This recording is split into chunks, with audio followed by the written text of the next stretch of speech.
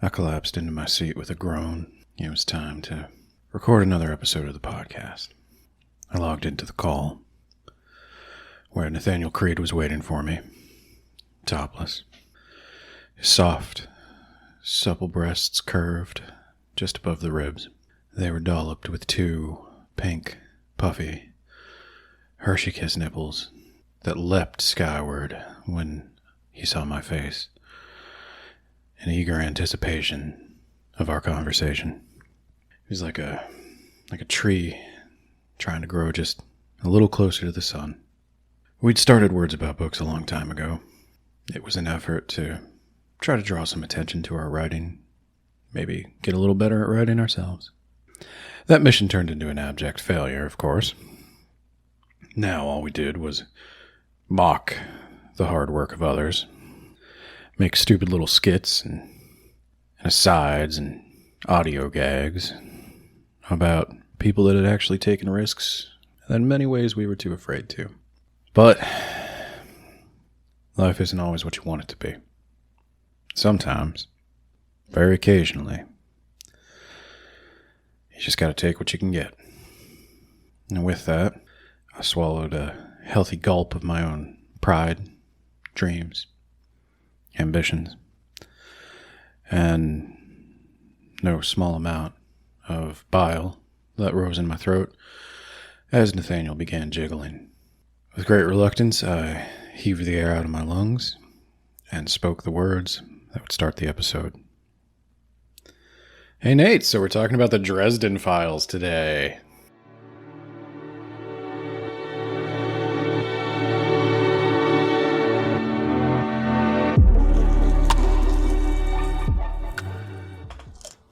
Oh, shit. Hold on. I swallowed my food as quickly as I could. I had no idea that I would be called upon so soon after the opening credits had ended. I didn't actually have anything prepared. I had intended to find my old fedora hat, but I must have thrown it out at some point back in the day when I smartened up a little bit. That figures. Can't have anything go Nate's way. That's when I looked over and I saw that the worst was yet to come. And that wasn't a euphemism, no. My webcam was on. I had intended to show Ben my cool fedora hat for cool people, and, well, I didn't have it, and I also didn't have a shirt. So he was clearly just staring at my breast this whole time. Hell's bells. How am I going to recover from this? I'll have to say something really quick to break the awkward silence. Hey, Ben. How's it going? So, I'm sure some of the audience is very confused. I got to imagine there's a pool of people who have never read the Dresden Files, and then probably a pool of people who have never listened to the audiobooks of the Dresden Files. Particularly, I don't know if it's all of them or not, those narrated by James Marsters of Buffy the Vampire Slayer fame. He played the character Spike. Yeah, I don't know who that is. Yeah, well, and the weird thing is, he played the character Spike, and he spoke with a, British punk accent all through the show. And so you probably wouldn't even know it was him if you had watched the show, because his natural speaking voice is like some kind of almost Southern American accent. Oh, is that why all the women have Southern accents? They're all Southern belles. Just Hell's bells. Just wondering what Mr. Harry Dresden is going to take off next. Yeah, so we both listened to the audiobook, and boy, was that an experience. I have criticisms of the book, I have thoughts on the book, but my God, do I have thoughts on the audiobook. I was sitting there listening to that audiobook, and by sitting there, I mean walking laps around my neighborhood, and just thinking, as a podcaster, I have thoughts on this. You know, as a man who talks directly into a microphone for a long time, You have probably heard the occasional mouth noise. You know what I'm talking about, the old...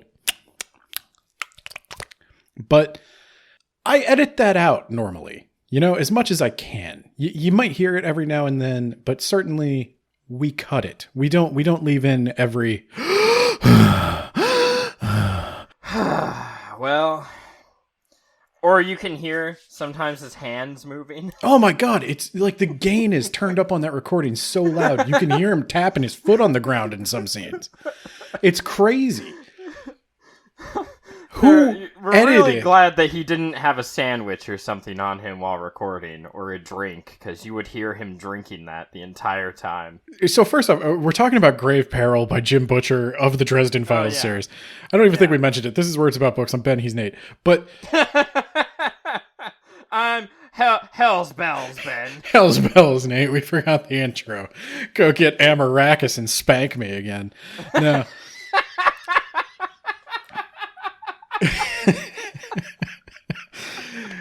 Like, I gotta get this thought about the audiobook out first, because it's gonna color the whole rest of the episode. Is like, I don't know if it was an acting choice.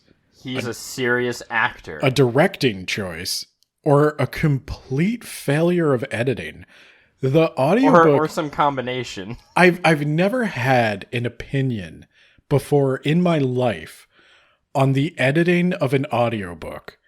I've never thought about it. For the most part, it just fades into the background.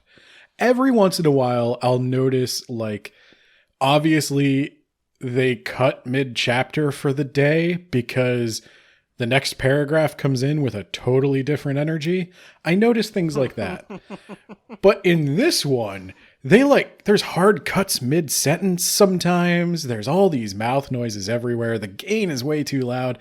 Like, I get on you for noise reduction more than they got on this guy and this Hollywood actor and this official production. I'm sure that this was a deliberate choice, because at the beginning, Jim Butcher talks about what a great job this actor does in voicing the audiobooks and how that has helped make the series take off. Well, there's a lot of, like, Buffy moms who I'm sure would watch anything that this guy was in, because they still have a crush on Spike from... I don't know, I guess Buffy was actually still pretty hot at the time he would have been recording these books. 2001 this came out? I don't know when the audiobook was done. 2001. Maybe I should turn my gain all the way up. No, please. Moving around in my chair. No, please don't. I have standards. And I specifically went out to get a bag of chips for this so I could eat it into the mic for that opening. It is such a shitty recording. I feel bad for the actor, to be honest, because he's not that bad. He's not that good, but he's not that bad. If it was his choice, you gotta act. You gotta know that Harry Dresden is sighing.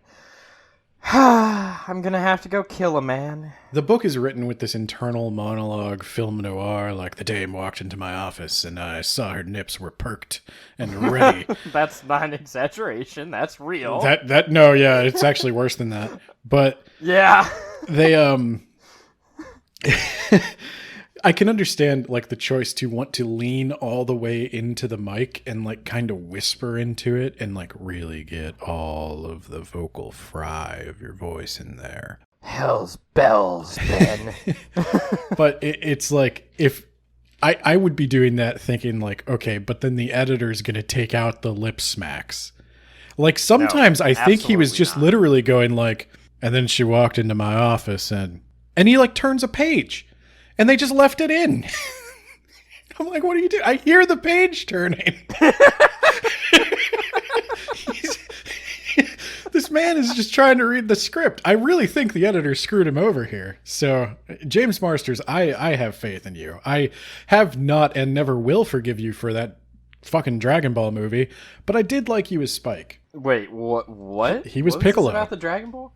Oh my god. Yeah, he was Piccolo in the Dragon Ball movie. Oh, so this guy actually sucks is what you're telling me. He's not had a great career. Of all the Buffy main players, I think the only one doing worse than him is Xander, who went on to a thrilling life of crime. Oh! Okay. Yeah. He did all kinds of drugs and running from cops. But yeah. So I don't know a ton about Jim Butcher. Do you have any about the author stuff? Not even a little bit. Didn't we decide that he started writing these books to prove a professor wrong that you can't use a cookie cutter formula to make successful books, and then he did it and it was successful? Is that a real story? That is the one anecdote I did look up because you mentioned it to me and I wanted to make sure it was real before we said it. What I understand is he was at a writing workshop or I think it was held on a college campus, whatever it was. I'm not sure if it was a creative writing class or a workshop. And he was having a hard time getting stuff published. He kept getting rejected. His professor found out that Butcher was a big fan of the Anita Blake stories by Laurel K. Hamilton, which is something we can get into at another time. They are trashy supernatural romance where lycanthropy is spread not through being bitten or scratched, but through being intimate. Of course. Yes, of course. So she told him, why don't you try writing something like those Laurel K. Hamilton books? And he said, well, I don't know exactly what he said about them, but I think he thought they were too formulaic, maybe. And that he didn't think just writing with that formula would work. Well, turns out it does. And yeah. It wound up being the most commercially successful thing he'd ever written. And so, in a spirit that we here at Words About Books commend, he was like, you know what? If it prints money, I ain't gonna stop it. Yeah. So he just, book after book, almost one a year for like 10 years. 15 years, yeah. From 2000 to 2015, it was about one book a year, and then he stopped for some reason, and then he released 2 in 2020, and that's it. I don't think he's done yet. I think there is more coming. Yeah, I don't think he's done yet. I wouldn't be done yet.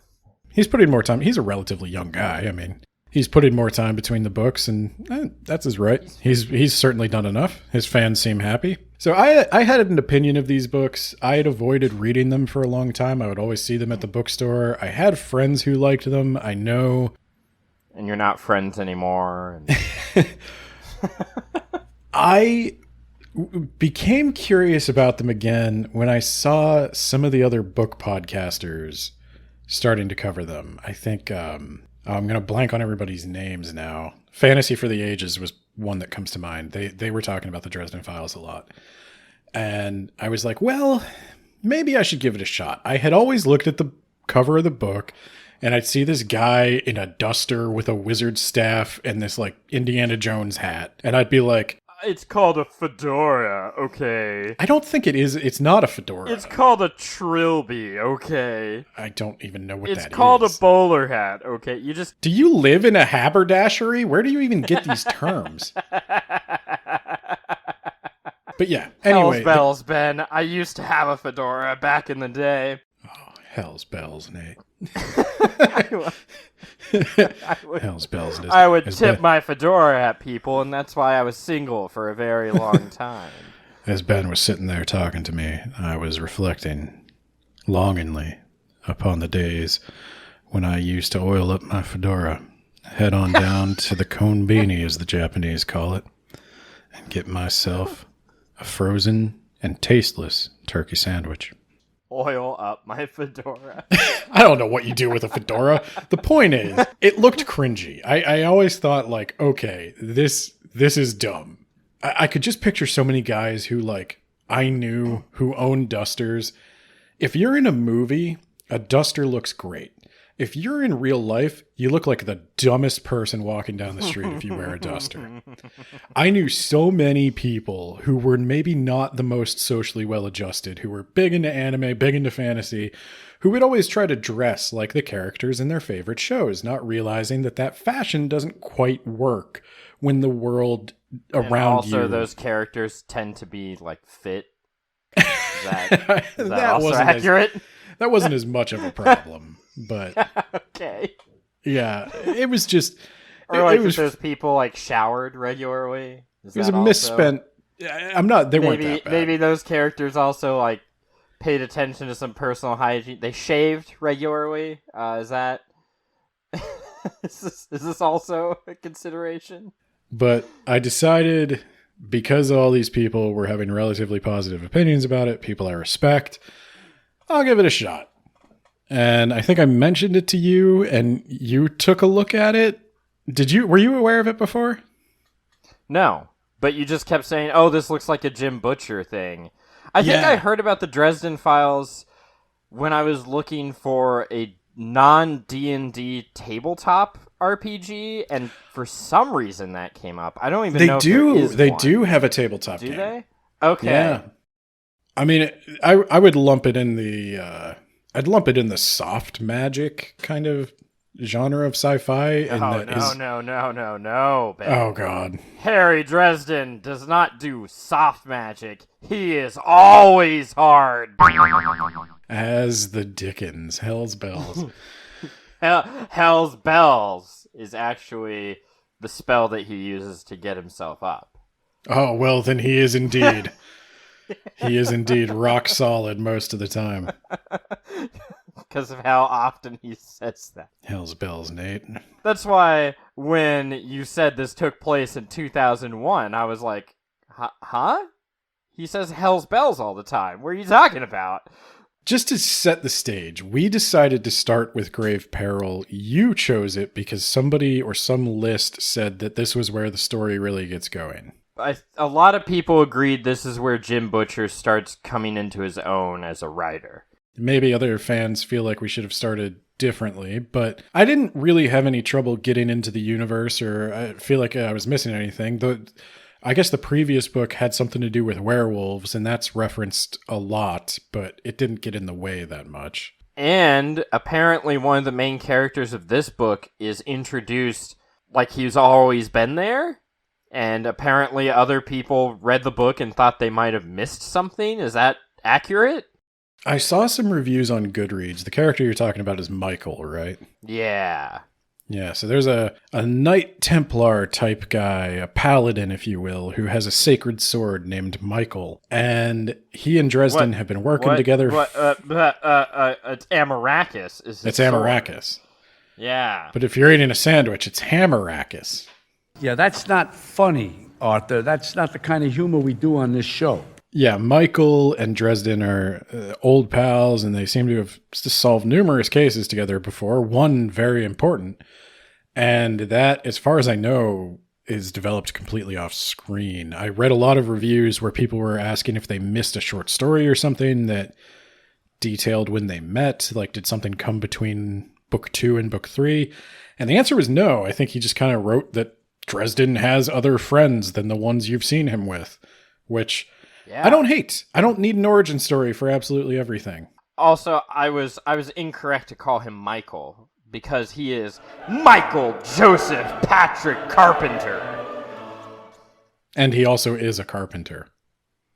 Well, obviously. You don't have a last name like Carpenter unless you are also a carpenter. So sort of the world of the Dresden Files is an urban fantasy. It takes place in the Windy City. It features Harry Dresden and his band of misfits. Harry Dresden is... No. Oh, God. Harry Copperfield Blackstone Dresden. Or maybe it's Blackstone Yeah, it's Harry Blackstone Copperfield Dresden, which made me cringe just a little bit. I think Butcher was really thinking David Copperfield would turn out to be a bigger thing than he was. Well, why do you need 4 names? Because you're magical. Because you have 4 magical names. That explains why I have 4 names. Nathaniel Sterling Cool Guy Creed. I thought your true name that I used to bind you in my demon spell was Chad Dingleton. God damn it. Now you have to do whatever I say. And mostly everything you say is going to involve my breasts. That's true. That's going to be a large portion of this podcast. In the world of the Dresden Files, there is several magical factions. At the bare minimum, there is the White Council, which represents, near as I can tell, human wizards. There is the Fairy Court, possibly more than one, But like, I think there's at least two, because there's at least two sides of the Never Never. I was getting to the Never Never. Please get into the Never Never. The Never Never is kind of like the realm between the magical realm where spirits and fae and all manner of mystical thing live. Oh, I thought it was like the dream world, but I guess that makes sense. They can cross the boundary from the Never Never. I would say the Never Never is like, what's the Feywild, basically, right? That's what I was thinking. If we're going to D&D terms. Well, I don't know what the Feywild is, but it sounds like that's what it would be. Your campaigns must be boring. Yeah, my campaigns are grounded in reality, okay? You're gonna have to go to the banker, and you now owe him interest on that money you borrowed so that you could pay for food the other day, because the jobs aren't coming in under King Biden, so... Look, the last time I played a role-playing game with Nate, somebody wound up needing to receive a Foley catheter. I'm writing that up, by the way, too. My wife, by the way, has not stopped saying Foley catheter since that night. Thank you. You're welcome. I'm glad I could help. Oh, yeah, so there's the Never Never. That's where all the interesting shit happens. Don't hate the name Never Never. The first time I heard it, I rolled my eyes. By the end, I was like, you know what? That's actually that's a really fun thing to say. I'm in the same boat. Definitely the first few times I was like, God, can you stop? But then by the end, you're like, the Never Never. Like, you want to say it with him. I just love the cadence of Never Never. He totally sold me on it. And that's kind of like my whole experience with the book. There is so much I roll my eyes at, but then like by the end, I'm kind of feeling it. So yeah, by the end of this podcast, you can feel my breasts, Ben. For those of you who haven't read the Dresden Files and wonder why we keep referencing breasts, I'm also wondering why breasts were mentioned so often. But yes, we'll get to that. There's another power, and that is the power of the female chestal area. That's a big magical area. That's a big magical point in the Dresden Files.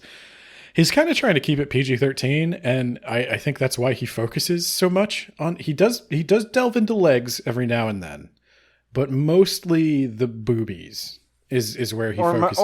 Or those legs if they're wrapped around him and straddling. Yeah, he does get straddled by a lot of female monsters. But he never mentions the vagina. No, he never mentions that because it's got to stay PG. No, in all seriousness, the other two powers that I think are important in this book are the fucking Catholic Church, which I don't really like, and I just love the way you describe that. The vampire courts, which is very Vampire the Masquerade. There's 3 of them. Yes. There's Vampire the Masquerade, there's Sexy Vampire, and then there's Dark Gothic Evil Vampire. I feel like these are all in Vampire the Masquerade as well. I don't know. Have you played that game, Ben? No, I avoid it, but I have known many who do. Well, if it helps, I played the game. Oh, no. And I think I told you about this, where it just had a series of nested quests to the point where you can't even remember why you're doing a thing in the first place because it's like 7 layers deep. A guy needs you to get a thing, but before this other guy will help you get that thing, you have to do another thing. And then when you're doing that thing, you have to do another thing. It's awful. Maybe our Halloween stream is we play Strip Vampire the Masquerade. Just wait and see how long it takes to get us kicked off Twitch.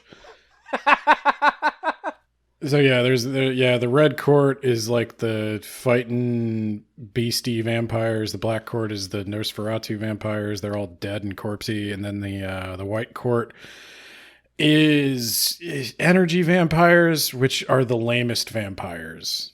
Like I've seen all these documentaries where people think they're energy vampires, and that's just like it's like, you're a sociopath. That's what it First sounds off, like. everybody feeling emotionally drained after spending time in a room with you does not make you a cool mystical creature. Just makes you a piece of shit.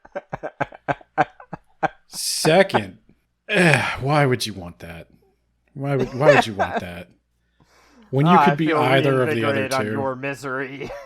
So, in addition to like in this world of the secret subculture of the supernatural, Harold Crowley Blackstone Copperfield Dragon Vonovich Dresden is a wizard for hire, and he has like an old-timey detective office that's kind of run down, and he takes magical detective mystery cases, and that's why he has a hat.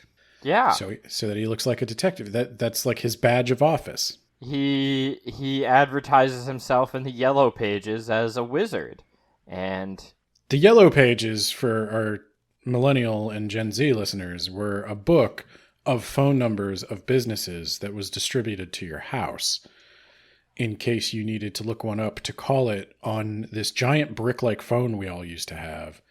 it was awful. It had buttons.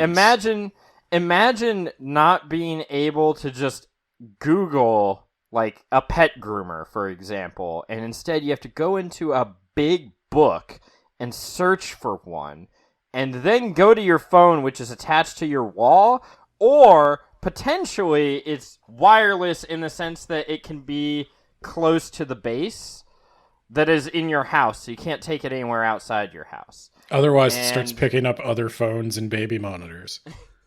Yeah.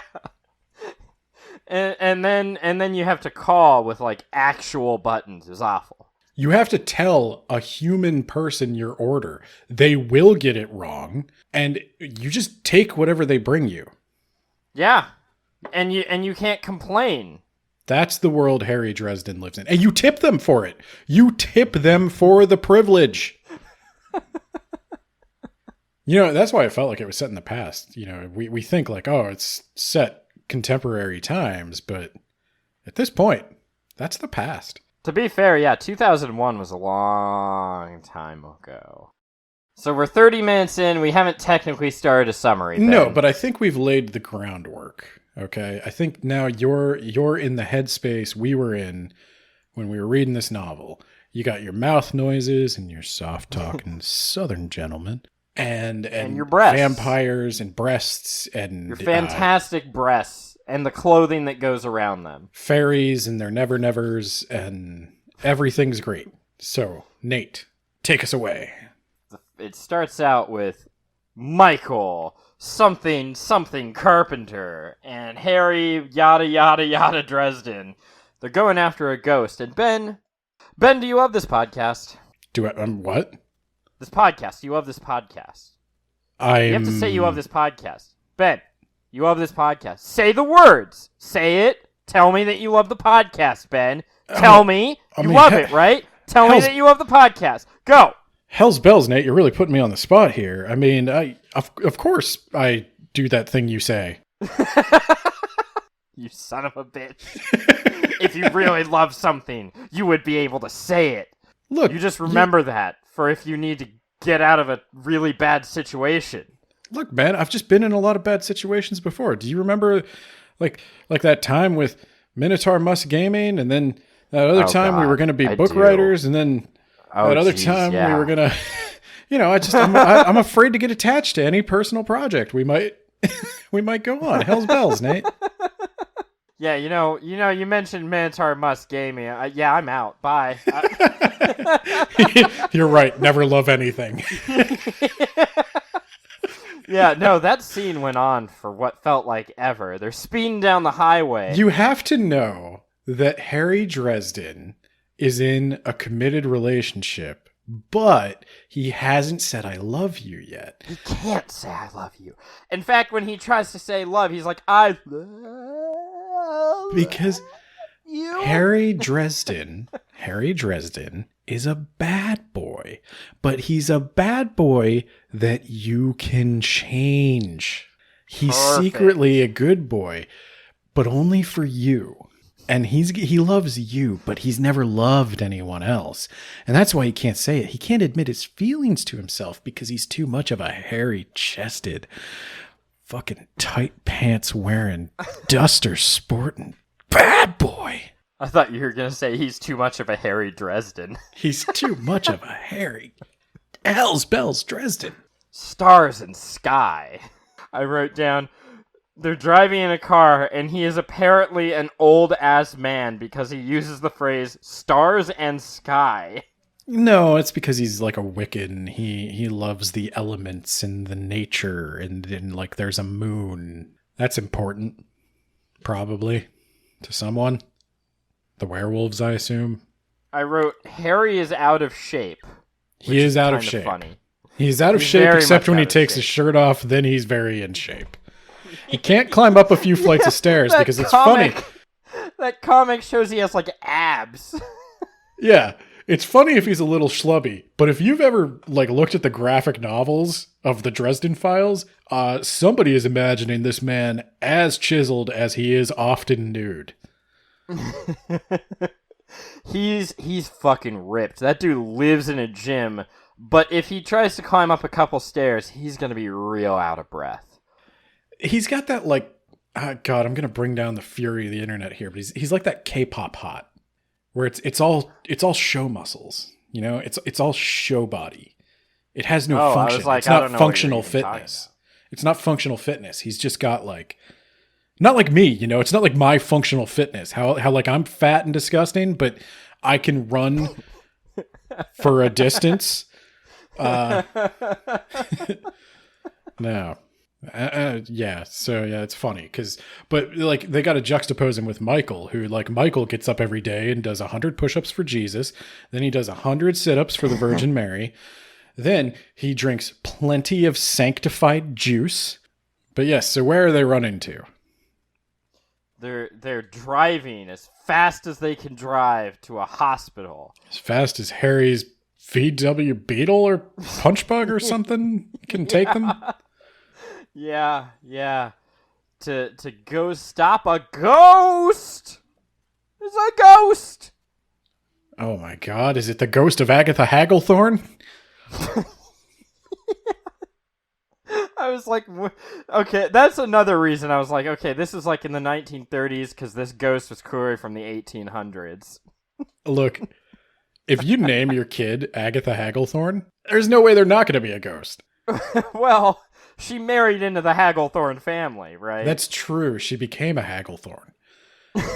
If you're an Agatha, don't become a Hagglethorne. Yeah, you got to think about these name pairings. Yeah, you could be like a Nathaniel Hagglethorne. Then you're just like some asshole landowner. That does sound like an asshole landowner. Like he's just sitting on his porch, sipping looking at mint all juleps, that land he owns. going, it's nice to have land. So they're gonna stop this Agatha Hagglethorne. It's too many G's. It's too many G sounds. That would explain why the name like strikes me. Yeah, the way it's it very does. It's very like stop and starty. It's very sharp name. Agatha Hagglethorne. Yeah, just look at that waveform. Ah. Yeah. She fucked up here. So 4 infants have died while we've been having this conversation. So let's speed it along. Agatha Hagglethorne had like an abusive husband or some shit, and like, I don't know, she accidentally killed her baby or whatever. I'm sure it's all very tragic, but now she's a ghost. And now she's killing other babies, like a ghost dick. So Harry Blackstone Copperfield Dresden's here to save the day. He's gonna shove some ghost powder up her ass, and Michael's gonna come in with a fucking fuck-off sword with a piece of the true cross inside of it, and he's gonna fucking cut her in half, and we're gonna save the day with violence. Hell yeah. But she ends up going into the Never Never, right? Oh no, I can't go in there for reasons. Yeah, his Don't godmother. ask me why. Don't ask me why, Nate, Michael. Why? Because reasons. Is it your sexy godmother? It is my sexy godmother, yeah. It's a little weird that she's your godmother, but like she has the hots for you. Well, we're not. I mean, strange. we're not related, like step godmother, you know. Oh, okay. It's like a Pornhub kind of. Look, I sold my soul to a fairy creature in exchange for unspecified power. And you might be wondering, if I did that, why do I get my ass kicked so often? And that's what I say to her every time I see her. And that's why I haven't fulfilled my end of the bargain, because it's I look around and I'm like, I'm powerful, but am I, And so that's why I think maybe, Michael, we just got to write off these babies. I don't know if you heard me earlier. I think that one might be the next Hitler. I don't know. Well, sorry, but I'm truly righteous, but I won't admit it because I'm humble. We've got to save these babies. So open up a portal. We're going in there. And we're gonna stab a ghost. All right. I start doing the motion from the Doctor Strange movies. We go into the Never Never, and I am immediately assaulted by my godmother. Sexually. Obviously. And her hellhounds? I didn't expect those to be a fairy godmother's minion of choice, but whatever. So they kill Agatha Hagglethorne's ghost, and then Michael's like, well, sorry, you sold your soul to her. I can't interfere.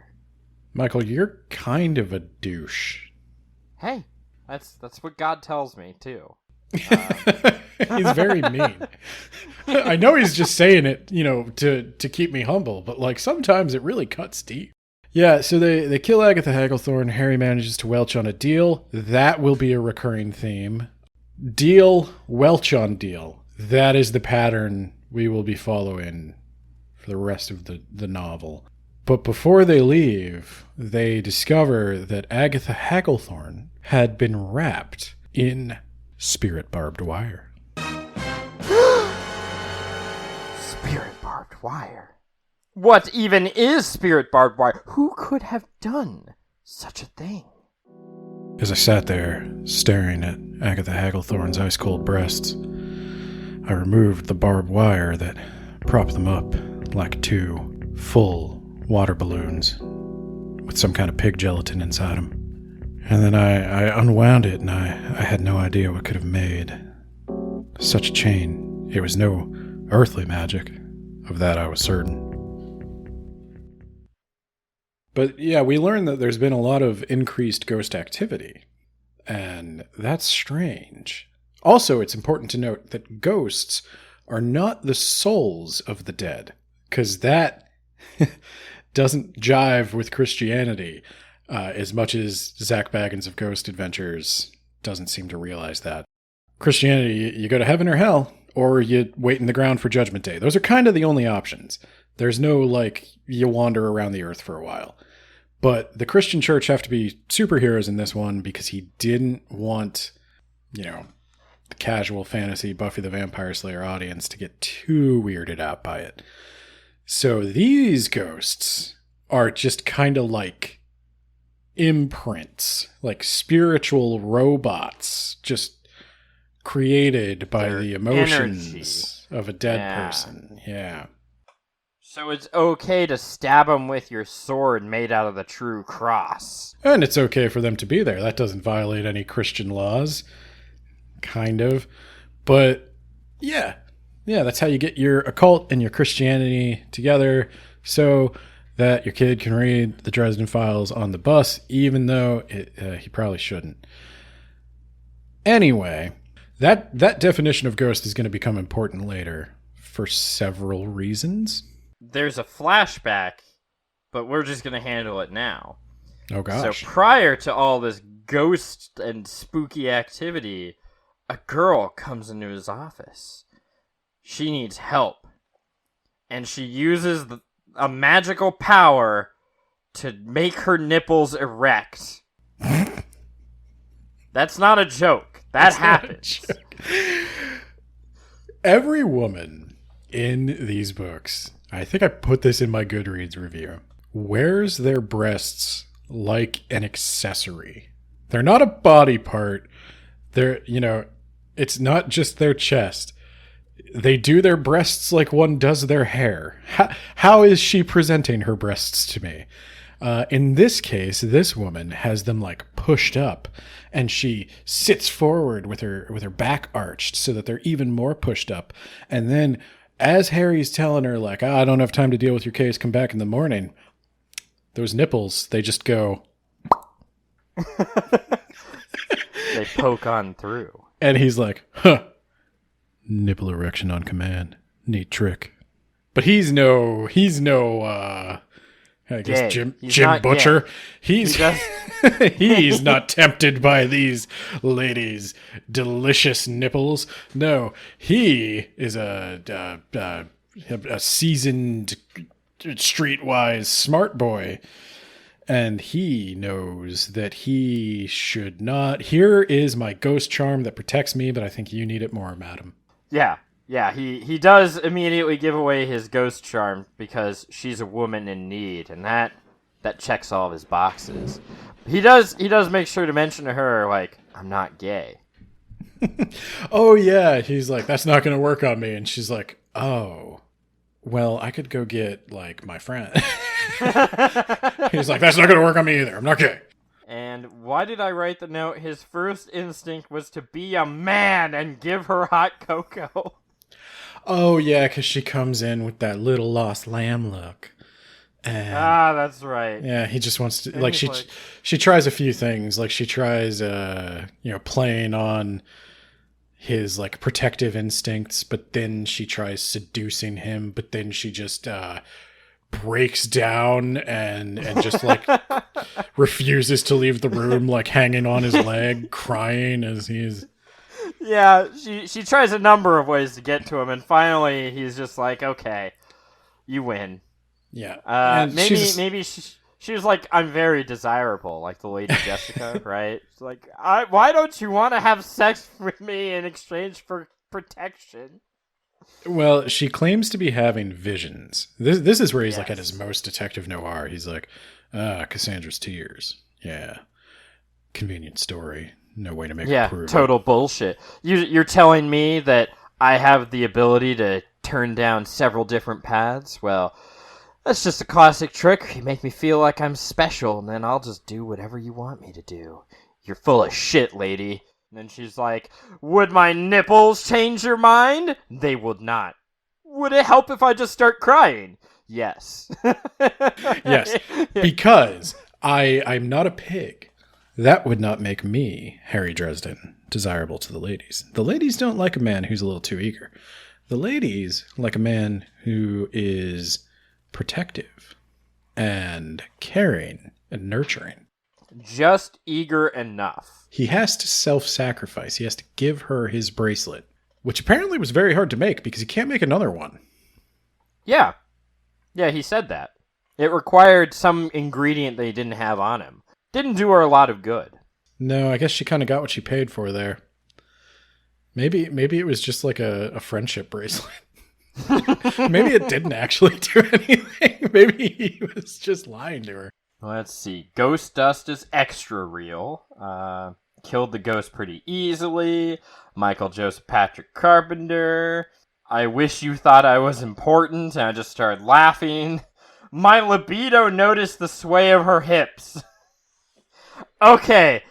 Are you done talking about Lydia and the... Yeah. Just remember that Lydia exists. She will be gone for most of the book, but she will come back whenever it's time to move along. Yeah. Yeah. So, yeah. My libido knows the sway of her hips, and I had to actually use context to figure out who he was talking about. That's Susan, his girlfriend, but is she really his girlfriend if he doesn't say that he loves her? I don't know. It's just a long-term relationship. Gotta make it official. I want to be Mrs. Susan Dresden Blackstone Copperfield Dresden. Susan Rodriguez sways her hips at him, but that's when Harry realizes his gigantic as fuck fat cat is missing. Oh no! Vampires, Ben! Shit, what? Yeah, okay. How old do you picture Harry Dresden? Well, I pictured him in the 1930s, and I pictured him to be like 50. But then, as the story went along, I think he gradually became younger. Yeah. So Susan, and again, this is James Marsters' performance slightly influencing me. Susan talks like Well, hello, Harry Dresden. Would you like to come over here and wrap those big, strong arms around me and sweep me off my feet and carry me over the threshold, even though you're not very athletic? Would you like to show me what's south of the Mason-Dixon line? There's a thing or two I can do with my nipples. I can make them go in.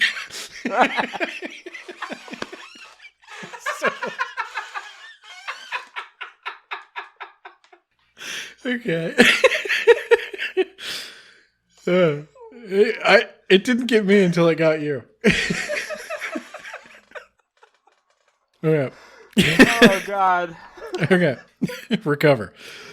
We're professionals, I'm a Nate. very serious professional man. We do serious work. Okay. So, yeah. So she talks like that. So here's the thing. I'm picturing Harry from the cover even. And I know Jim Butcher doesn't draw the cover art, but like I would hope he approves it. I don't know. Harry looks like he's in his late 30s, early 40s minimum.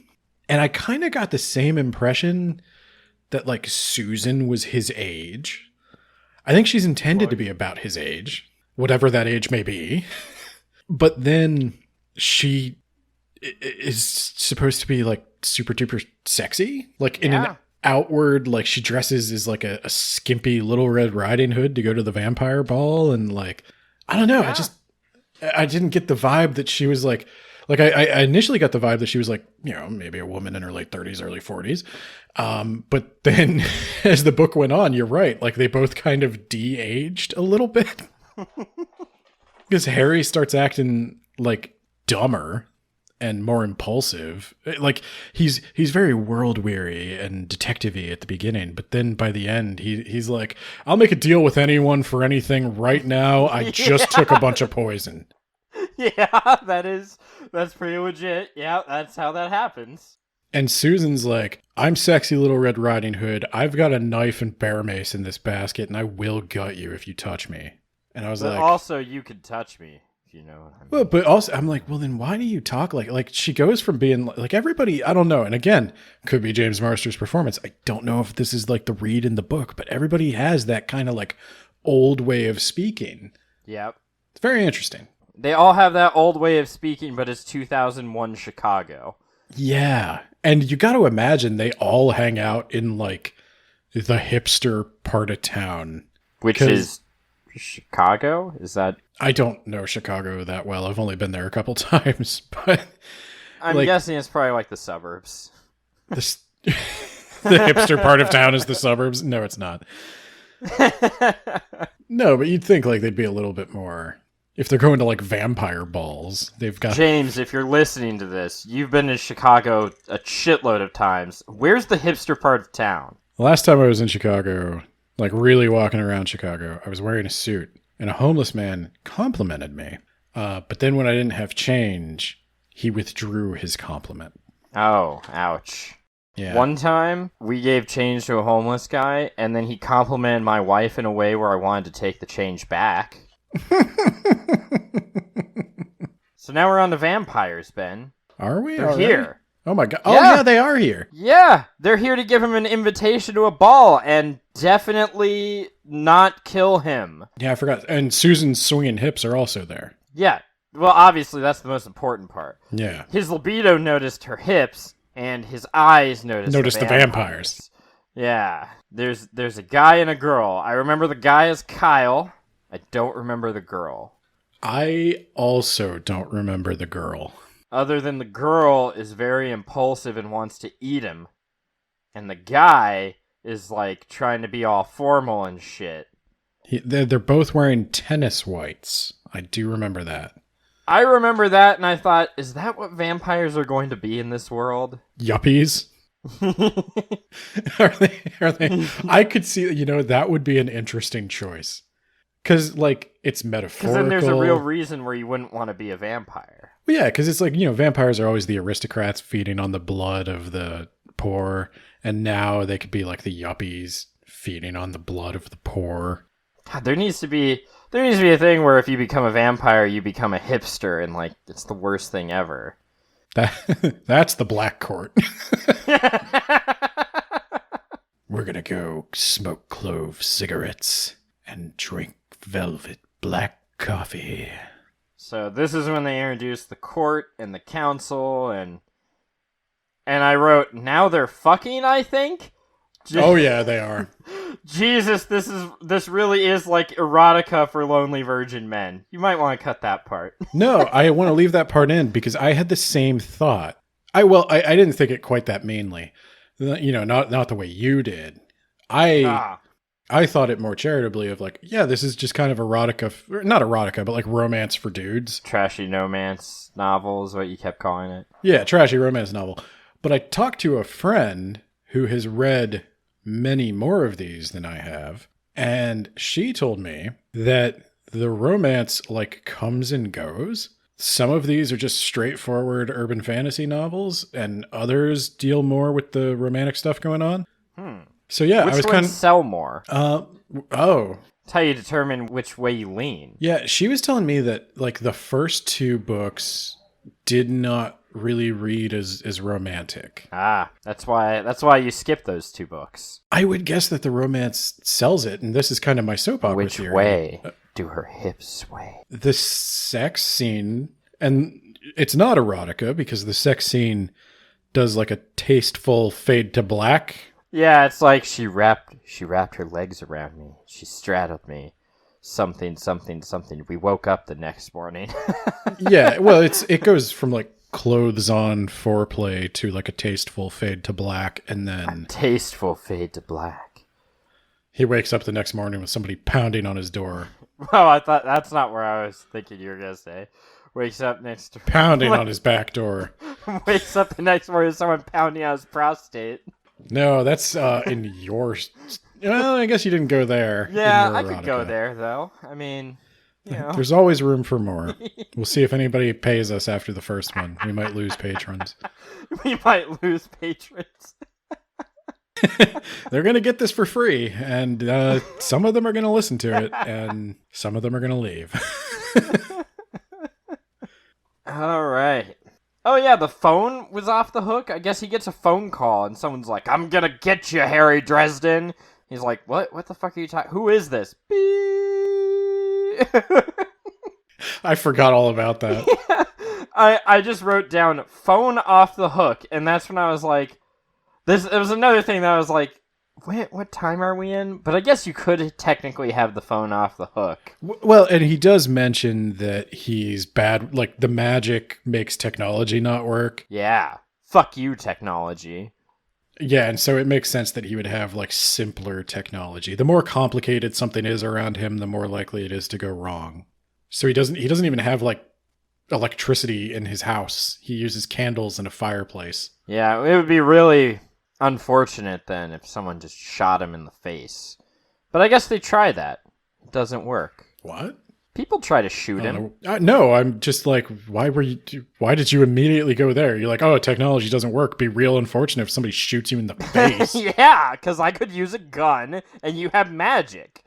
Okay. I pull a trigger and I just end your existence. Oh, no, but he mentions he's got magical shields that stop bullets. Yeah, I know. He used them too, so, yeah. Also, gonna just get this out on the field right now. He has no small amount of plot armor. What? What are you talking about? Harry Dresden is not ever in any realistic threat of danger in these books. Ben, because he's always very close to being out of magic. He has to pour the last of his willpower like a Green Lantern into his staff. Or his blasting rod. And then the scene goes on a little longer, and he has to pour even the laster bit of the rest of his magic. But then he has to get magic from somewhere else so that he could. So pour he makes a deal, which he immediately welches on, and then he pours the last of that magic. I'm unclear as to how much power Harry has. I just know sometimes he has more, and sometimes he has less. But I do think there's a pounding on his door. It's Michael? I think that you're incorrect. I thought it was the police, maybe. Editor Ben here. I can't help but notice that in the episodes Nate's edited recently, he's made sure to point out every time during the recording that he was right and I was wrong. So I thought it only fair that I point out that this time it was Michael at the door, and we are about to skip a very important plot point. Because my next notes are about dead animals and need to be invited in. Oh yeah, you're right. Okay, so let's do the police. All right, but let me go grab some water real quick. I'm a professional man, okay? So I'll be right back.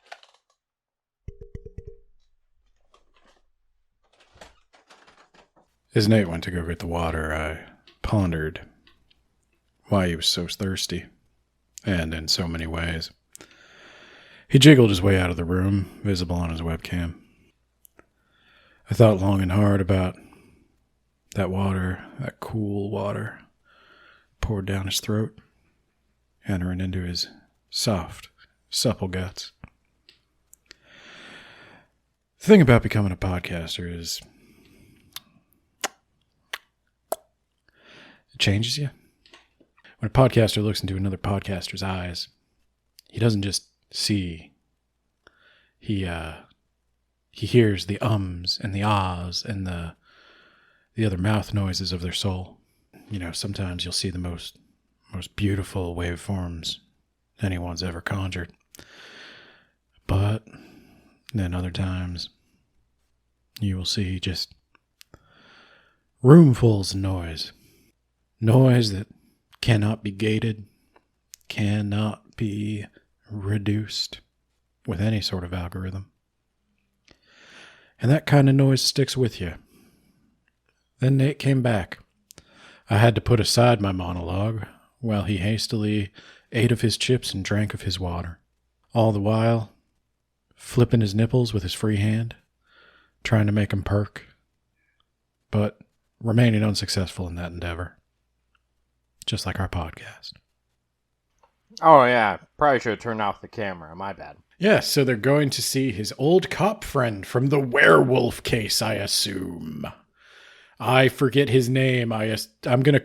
Do you know his name? The guy who got fucked up? Yeah.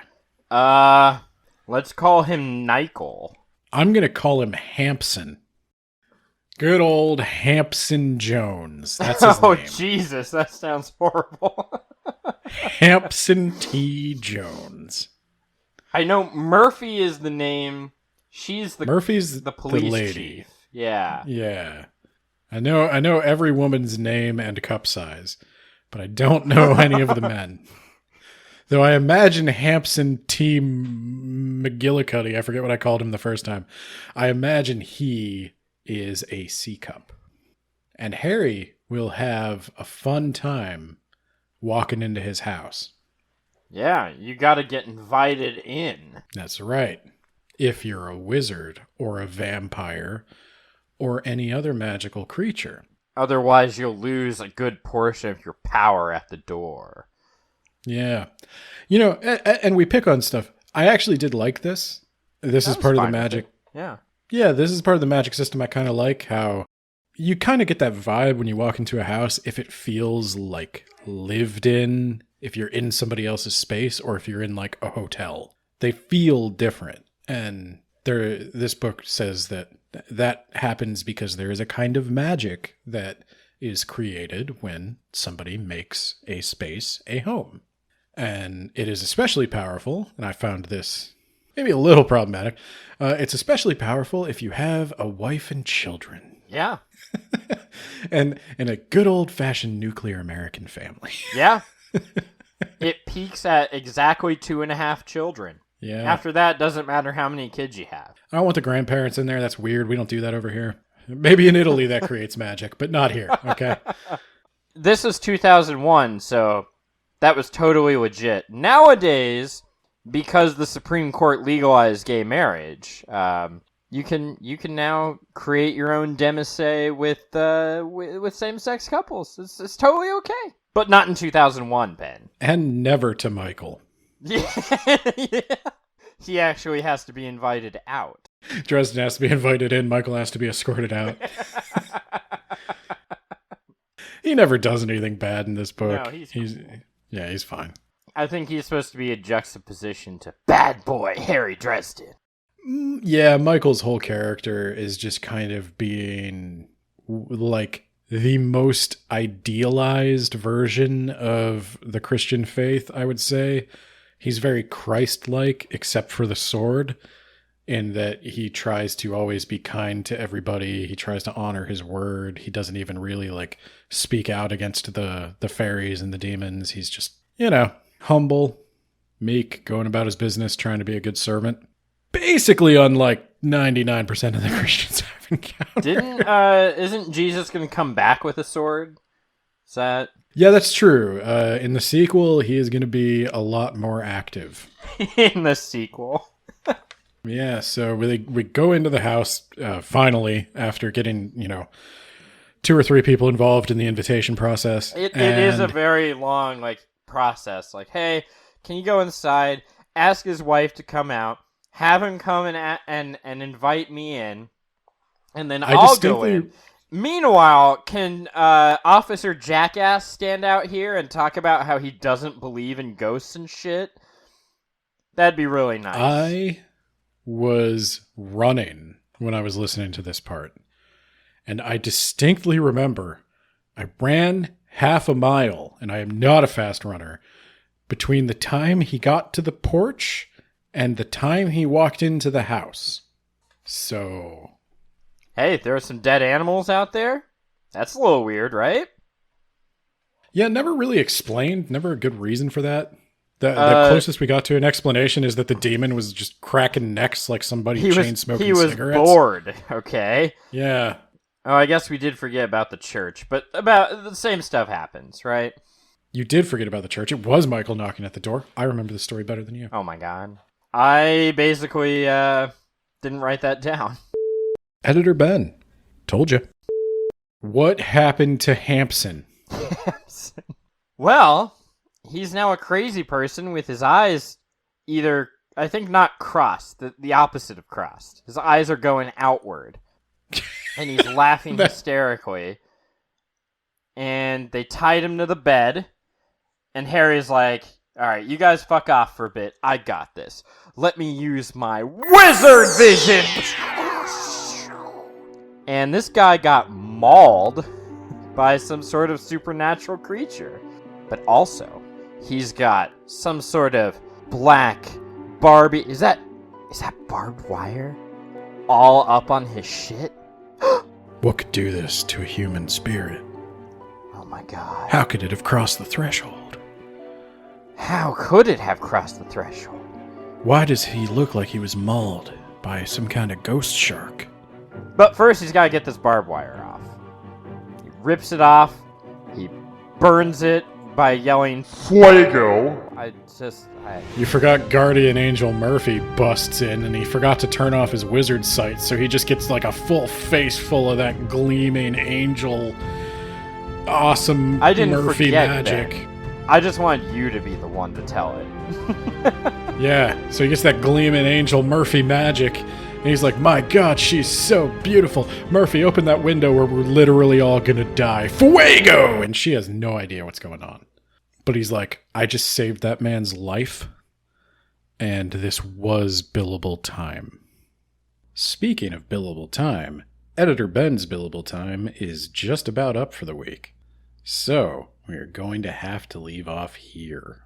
Next week, we will conclude our exciting discussion of Grave Peril of the Dresden Files. I don't know if it's like the Dresden Files series. I'm guessing these books are the Dresden Files.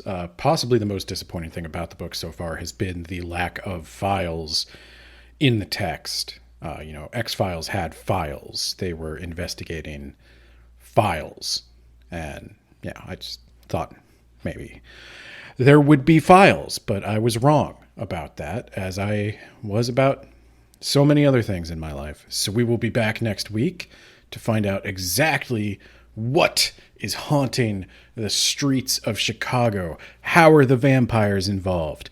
Can Harry Dresden fight the vampires? The answer is probably yes, because there's like a million more of these books, and they're all about fucking vampires. So I got to imagine he figures something out there. And yeah, in the meantime, you can check us out on Twitter at WABpod, Instagram at Words About Books Podcast. Send us an email if you want to suggest anything or if you have anything you think we should talk about at wordsaboutbookspod@gmail.com. If you think we deserve a little something extra, we do have a Patreon where we release all sorts of bonus content. You can check that out. There's also a little fancy video cartoon now done by our good friend Momo Monster. And thank you guys so much. I will see you next time.